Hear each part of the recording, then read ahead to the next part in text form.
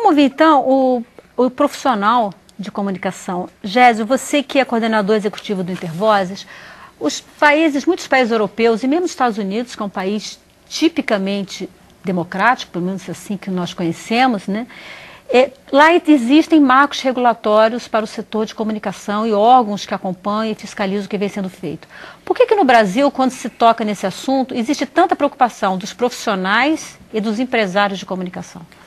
Na verdade, há no Brasil um vazio legal, né? Uma legislação da década de 60, fez 50 anos esse ano, que não condiz com a Constituição aprovada em 88. Os princípios constitucionais não são garantidos por essa legislação e necessitam de uma mudança real. É isso que a gente do Intervozes vem defendendo, né? O que impede essa discussão, com certeza, é o setor empresarial, né? Que até durante a Constituinte fez de tudo para que não fosse aprovado o próprio capítulo constitucional. E para a gente, essa venda de horários é uma subconcessão.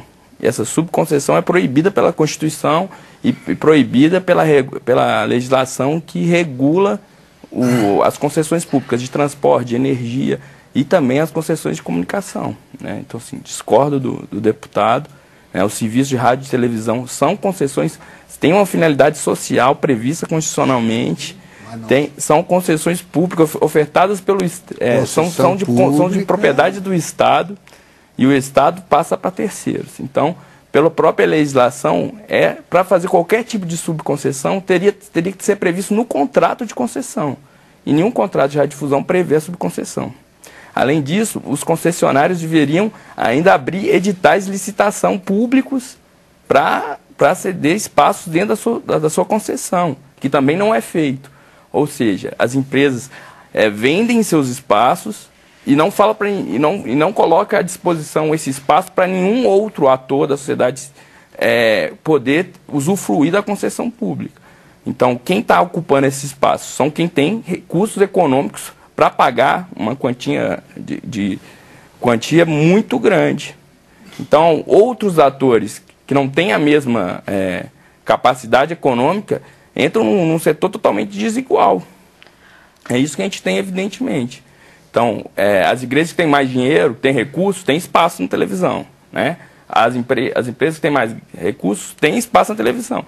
Então, isso é vedado, isso afeta a liberdade de expressão. Não é só o Estado que coíbe a liberdade de expressão. O mercado, as empresas coíbem a liberdade de expressão também. Então, não é todos que têm vozes hoje nas concessões de rádio e televisão do Brasil. Vamos ouvir a academia, então. Professor Murilo Ramos, esse é um tema específico, né? É uma parte, vamos dizer assim, do problema, né? Que é essa questão da venda ou do aluguel de espaço, né? Mas existem dispositivos da Constituição aprovada em 88 que ainda não foram regulamentados. Dispositivos que tratam da comunicação ainda não foram regulamentados. Inclusive tem uma ação em tramitação no Supremo Tribunal Federal, né? Uma ação que foi interposta pelo PSOL, questionando uma ação direta de constitucionalidade por omissão, se não me engano é essa expressão, questionando a falta de regulamentação por parte do Congresso Nacional. A que o senhor atribui essa dificuldade que o parlamento brasileiro tem de legislar sobre esse assunto? A dificuldade que o parlamento tem de legislar sobre esse assunto, eu vou dar um passo atrás. O parlamento não legisla. Eu vou falar sobre isso. Eu vou dar um depois. passo atrás. O Estado Democrático de Direito, que foi mencionado aqui pelo deputado Haroldo de Oliveira, ele é tão mais forte e seguro quanto maior for o vigor da norma.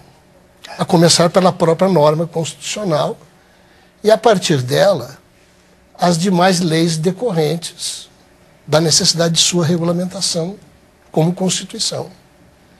O que a gente tem no campo da comunicação social é um vácuo terrível no campo específico da comunicação social, que decorre do que já foi mencionado aqui, da incapacidade que tem tido a sociedade. Eu não vou excluir a sociedade, apesar da luta que ela faz por seus setores, mas ela própria, mas Poder Executivo, Poder Legislativo, de enfrentar essa questão de regulamentar, como deveria ter sido, o capítulo da comunicação social, que por si só foi uma conquista, não obstante as dificuldades que ocorreram para a sua votação e a sua existência na Constituição, no corpo da Constituição. Foi o maior embate da Constituição, da Constituinte de 88, foi a comunicação social. Então, quando você tem esse vácuo normativo, você tem o que eu costumo chamar de um bang-bang normativo, em que prevalece sempre a lei do mais forte. E a lei do mais forte é a lei do mercado, é a lei do poder econômico.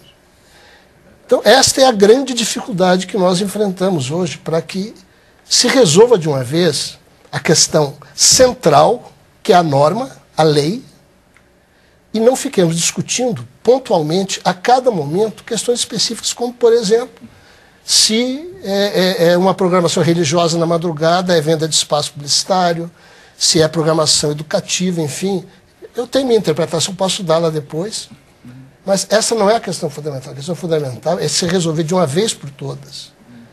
Só que a resposta para isso, ela é difícil, eu vou terminar mais 2 palavrinhas só. Claro que é uma reação, essa reação tem sido frequentemente do empresariado. E não é inegável isso. Isso é transparente. Então não há como negar isso. Tem sido. E a desculpa é esfarrapadíssima de que a existência da norma pressupõe a censura, quando a censura está garantida na nossa Constituição, de que a censura acabou. Foi uma das maiores conquistas da nossa Constituição de 88, foi o fim da censura. Política. Então, essa é uma questão. Então, esse discurso é farisaico. Esse discurso é falso. Esse é um discurso defensivo de quem não quer mudança, porque o status quo favorece quem vive no faroeste, porque ele tem a força maior. Agora, eu não quero deixar de observar uma questão, me refiro novamente ao deputado Harold. Eu não sei se o deputado Harold é concessionário ou permissionário de radiodifusão, mas se for, ou outros que o sejam, se não se acreditar concessionário de um serviço público, o permissionário de um serviço público, que abra mão, então, da natureza da outorga, porque outorga de concessão e permissão, pela nossa tradição jurídica, histórica, pelo direito administrativo brasileiro, é instrumento, instituto de serviço público. Então, é indiscutível que a radiodifusão no Brasil é serviço público, é indiscutível. Então, o que se quer sempre é usar esse artifício. Não, é um sistema privado que eu faço o que eu bem entendo, porque outorga a frequência que é serviço público. Isso está claríssimo no artigo 223 da Constituição Federal. Então, esse é outro discurso absolutamente cansativo. É muito cansativo esse discurso. Então, eu vou tentar aqui só explicar para os telespectadores essas coisas conforme elas são colocadas. Quer dizer, tudo que é feito é de acordo com a lei. Ninguém aqui está fazendo nada, quer dizer, os prestadores de serviço. Eu já fui concessionário de rádio, de televisão. O que acontece? A concessão, existem bens públicos. O espectro de frequências, por exemplo, é um bem público. O governo abre mão de utilizar esse bem público e cede para terceiros, ou para si mesmo, como é o caso das emissoras públicas, etc. E ao fazer isso, ele faz com ônus para quem vai explorar esse serviço e tem toda uma regra já estabelecida. Dizer que não existe regra, eu acho o maior absurdo. Como é que está funcionando? Tudo está funcionando porque tem regra para funcionar.